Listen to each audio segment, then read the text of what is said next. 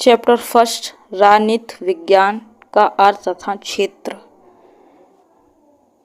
देखिए दोस्तों, इसको थोड़ा जूम कर दे जिसको आपको क्लियर दिखाई दे। जस्ट वेट थोड़ा सा। देखिए, आपके राजनीतिक विज्ञान के पाठ्यक्रम का ये प्रारंभिक पाठ है।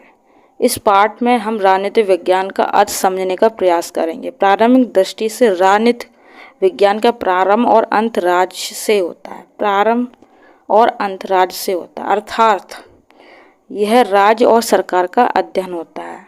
राज्य और सरकार का। अब एक बात और बता दें आपको, अगर आपको अपने एग्जाम में अच्छे मार्क्स लेने तो आप माइंड मैप का यूज करें।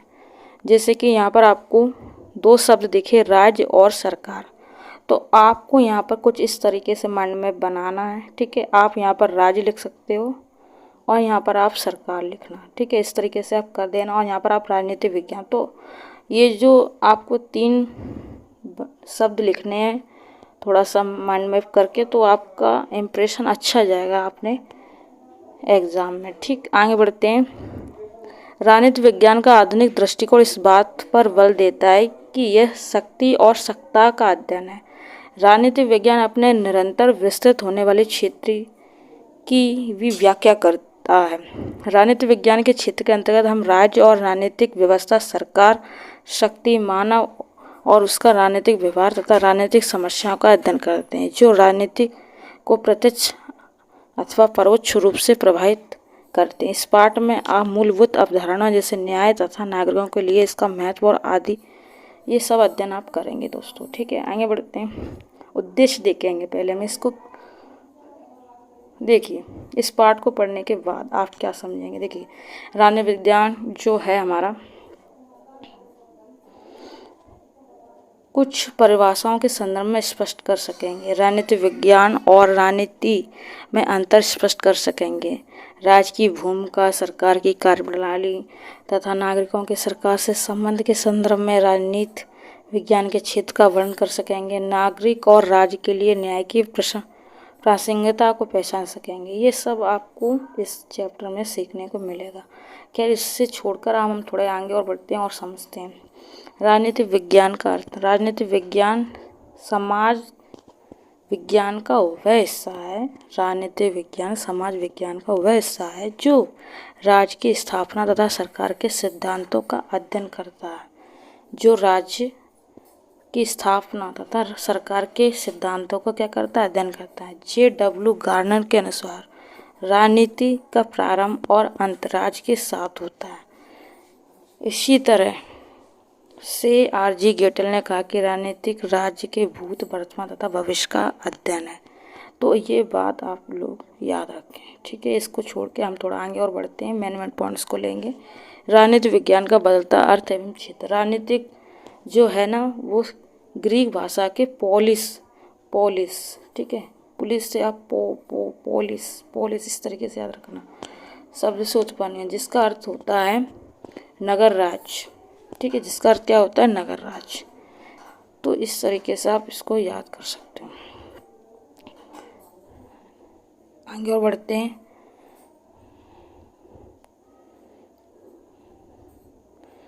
थोड़ा सा इसे जूम करेंगे। राजनीतिक विज्ञान का संबंध अनुभविक तथ्यों तथा नियामक समस्याओं दोनों से है। वास्तविक क्या है, इस वास्तविक क्या के क्षेत्र में आता तथा मूल्य क्या होना चाहिए के क्षेत्र में। उदाहरण, अगर कोई कहता है कि भारत एक संसदीय लोकतंत्र है, तो वह अनुभविक तथ्य की बात कर रहा है। तो वो क्या कह रहा है, अनुभविक तथ्य। परंतु यदि कोई कहता है कि भारत को आध्यात्मिक लोकतंत्र को अपनाना चाहिए, तो ये एक न्यायात्मक कथन है। राजनीतिक विज्ञान केवल क्रियाकलापों का वर्णन से संतुष्ट नहीं, बल्कि उसको अच्छा बनाना या परिवर्तन करना चाहता है। जो राजनीतिक विज्ञान है वो संतुष्ट नहीं है, उसको अच्छा बनाना या परिवर्तन करना भी चाहिए उसमें, राजनीतिक विज्ञान में। ये उसको बढ़ावा दे रहा है।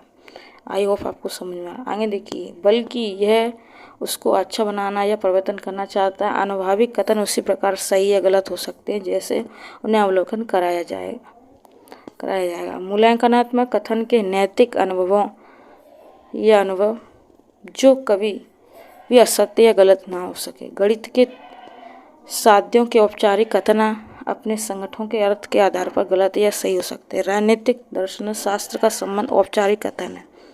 राजनीतिक विज्ञान अनुभविक कथन से संबंध रखता है और वर्तमान राजनीतिक संस्थाएं एवं व्यवहारों का मूल्यांकन करता है ताकि उन्हें बेहतर बनाया जा सके। यह रिक्त स्थान है, इसको समझें। राजनीतिक विज्ञान का संबंध,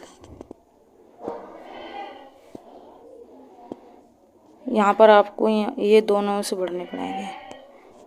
राजनीतिक विज्ञान का संबंध अनुभाविक और नियामक दोनों विषयों से है। ठीक है, ये यहाँ पर हो जाएगा। ये आएंगे और देखिए राजनीतिक विज्ञान, जैसे थोड़ा सा राजनीतिक विज्ञान यहाँ पर हो जाएगा। राजनीतिक विज्ञान राज्य और समाज का अध्ययन कराता है। ठीक है, राज्य और समाज, ये हो जाएगा। आगे देखिए पॉलिटिक्स शब्द, पॉलिस, यहाँ पर पॉलिस हो जाएगा।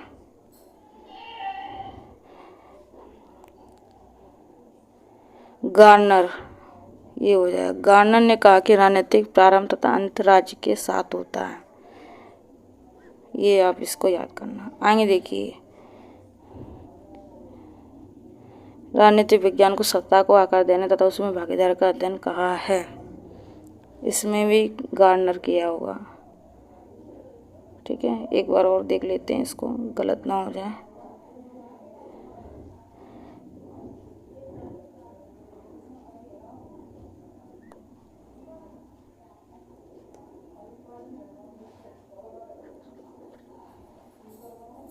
जस्ट वे थोड़ा सा,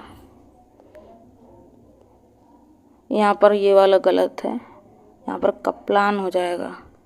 ये वाला, ये राइट हो जाएगा दोस्तों। ये चैप्टर हो गया पूरा। राजनीतिक विज्ञान के विषय का विकास। राजनीतिक विज्ञान का क्रमबद्ध अध्ययन ईसा पूर्व 4वीं शताब्दी में यूनान के लोगों ने प्रारंभ किया। प्लेटो और अरस्तु जैसे महान दार्शनिकों ने इसे व्यापक रूप में प्रयोग किया था। अरस्तु ने राजनीतिक विज्ञान को ही मास्टर विज्ञान कहा था। अब ये एक बात और रखना कि क्वेश्चन आया कि मास्टर विज्ञान किसने कहा था, तो आप उसको कर देना अरस्तु ने। राजनीतिक विज्ञान को मास्टर विज्ञान कहा था अरस्तु ने, और मास्टर विज्ञान को ही राजनीतिक विज्ञान कहते हैं। ये आप याद रखना। आगे देखिए अरस्तु के अनुसार इसके अंतर्गत न केवल राज्य के संस्थान आते बल्कि इसमें परिवार, संपत्ति तथा अन्य सामाजिक संगठन को भी शामिल किया गया। ग्रीक लोगों के लिए राजनीतिक विज्ञान सभी गतिविधियों को सम्मिलित करता है। राजनीतिक विज्ञान के प्रति प्राचीन ग्रीक चिंतकों का दृष्टिकोण मुक्त नैतिक था। इसके विपरीत प्राचीन रोमन चिंतकों के विचारकों में राजनीति का वैधानिक वंश शासन के लिए अधिक महत्वपूर्ण था। मध्यकाल में राजनीतिक विज्ञान चर्च के धार्मिक आदेशों की एक शाखा बन गया। उस समय राजनीतिक सत्ता चर्च की प्रभुता के अधीन थी। मध्यकाल में ये पॉइंट्स बहुत इंपॉर्टेंट, इसको याद रखना। ठीक है।